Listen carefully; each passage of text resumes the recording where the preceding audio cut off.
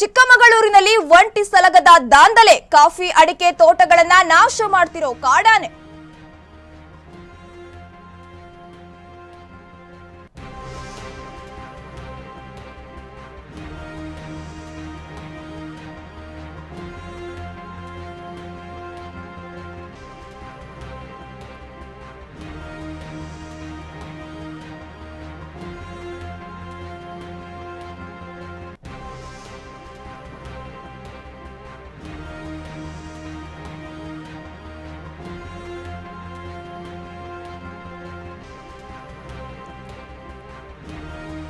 ಚಿಕ್ಕಮಗಳೂರಿನಲ್ಲಿ ಒಂಟಿ ಸಲಗದ ದಾಂಧಲೆ ದಿನದಿಂದ ದಿನಕ್ಕೆ ಜಾಸ್ತಿ ಆಗ್ತಾ ಇದೆ.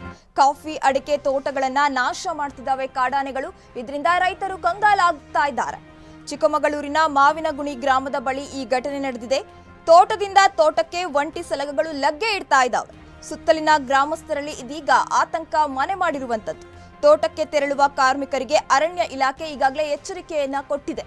ಇದು ಒಂದ್ಸಲ ಎರಡ್ ಸಲ ಅಲ್ಲ, ಚಿಕ್ಕಮಗಳೂರು ಆಗಿರ್ಬೋದು ಅಥವಾ ಮಲೆನಾಡು ಪ್ರದೇಶಗಳಲ್ಲಿ ಆನೆಗಳ ಹಾವಳಿ ದಿನದಿಂದ ದಿನಕ್ಕೆ ಜಾಸ್ತಿ ಆಗ್ತಾನೆ ಇದೆ. ಕಾಫಿ ಆಗಿರ್ಬೋದು, ಅಡಿಕೆ ಆಗಿರ್ಬೋದು, ಈ ತರ ಬೆಳೆಗಳನ್ನ ಸಂಪೂರ್ಣವಾಗಿ ನಾಶ ಮಾಡ್ತಾ ಇದ್ದಾವೆ ಕಾಡಾನೆಗಳು. ಅರಣ್ಯ ಇಲಾಖೆಗೆ ಎಷ್ಟೇ ಸಲ ಮಾಹಿತಿ ಕೊಟ್ಟರು ಕೂಡ ಏನು ಯೂಸ್ ಆಗ್ತಾ ಇಲ್ಲ. ಅವರು ಎಚ್ಚರಿಕೆಯನ್ನ ಕೊಡ್ತಾರೆ ಬಿಟ್ರೆ ಅದನ್ನ ಸರಿ ಮಾಡುವ ಕಾರ್ಯಕ್ಕೆ ಅವರು ಹೋಗ್ತಾನೆ ಇಲ್ಲ. ಇರೋದ್ರಿಂದ ಸಾರ್ವಜನಿಕರು ಆಕ್ರೋಶವನ್ನ ವ್ಯಕ್ತಪಡಿಸ್ತಾ ಇದ್ದಾರೆ.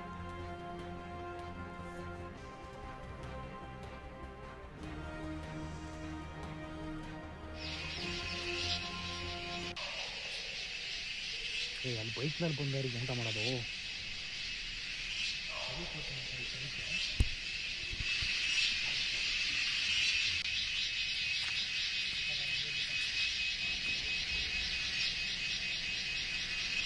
ಚಿಕ್ಕಮಗಳೂರಿನಲ್ಲಿ ಒಂಟಿ ಸಲಗದ ದಾಂಧಲೆ ಇದೀಗ ದಿನದಿಂದ ದಿನಕ್ಕೆ ಜಾಸ್ತಿ ಆಗ್ತಾ ಇದೆ. ಗ್ರಾಮಸ್ಥರು ತೋಟಕ್ಕೆ ಹೋಗಕ್ಕೆ ಹಿಂದೇಟು ಹಾಕ್ತಾ ಇದ್ದಾರೆ.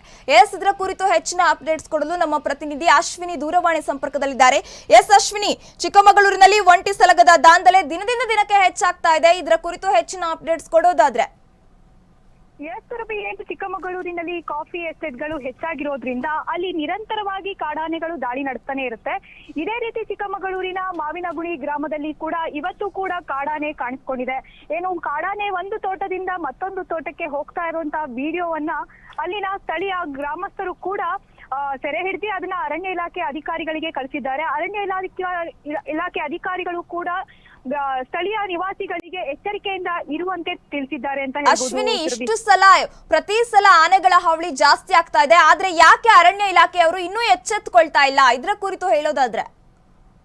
ಅರಣ್ಯ ಇಲಾಖೆಯವರ ಕೆಲಸ ಏನಾಗುತ್ತೆ ಅಂದ್ರೆ ಈ ತರ ಕಾಡಾನೆಗಳು ಲಗ್ಗೆ ಇಟ್ಟಾಗ ತಮ್ಮ ಏನು ಬೌಂಡ್ರಿ ಇರುತ್ತೆ, ಚಿಕ್ಕಮಗಳೂರು ಮತ್ತೆ ಹಾಸನ ಭಾಗದಲ್ಲಿ ಹೆಚ್ಚಾಗಿ ಕಾಡಾನೆಗಳು ಕಾಣಿಸ್ಕೊಳ್ಳೋದ್ರಿಂದ ಈ ವ್ಯಾಪ್ತಿಯಿಂದ ಆ ವ್ಯಾಪ್ತಿಗೆ ಓಡಿಸುವಂತ ಕೆಲಸ ಮಾಡ್ತಾರೆ ಹೊರತು ಕಾಡಾನೆನ ಸೆರೆ ಹಿಡಿಯುವಂತ ಕೆಲಸನ ಇದುವರೆಗೂ ಮಾಡದೇ ಇರೋದು ಇದಕ್ಕೆಲ್ಲ ಕಾರಣ ಅಂತ ಹೇಳ್ಬೋದು. ಸುರ್ಬಿ, ರೈತರು ಕೂಡ ಇದೀಗ ಕಂಗಾಲಾಗಿದ್ದಾರೆ, ತೋಟಕ್ಕೆ ಹೋಗಕ್ಕೆ ಹಿಂದೇಟಾಗ್ತಿದ್ದಾರೆ. ಆದ್ರೂ ಯಾಕೆ ಅರಣ್ಯ ಇಲಾಖೆಯವರು ಬರ್ತಾ ಇಲ್ಲ ಅಶ್ವಿನಿ? ಇದರ ಕುರಿತು ಹೇಳೋದಾದ್ರೆ? ಹೌದು ಸುರ್ಬಿ, ಏನು ಕಾಫಿ ಅಡಿಕೆ ತೋಟಗಳು ಕೂಡ ನಾಶ ಆಗ್ತಾ ಇದೆ ಕಾಡಾನೆಯಿಂದ. ಇದು ನಿರಂತರವಾಗಿ ಅಲ್ಲಿನ ರೈತರ ಒಂದು ನಿರಂತರ ಏನು ಏನ್ ಹೇಳ್ಬೇಕು ಅಂದ್ರೆ ಅವರ ಸಮಸ್ಯೆ ಅಂತಾನೆ ಹೇಳ್ಬೋದು.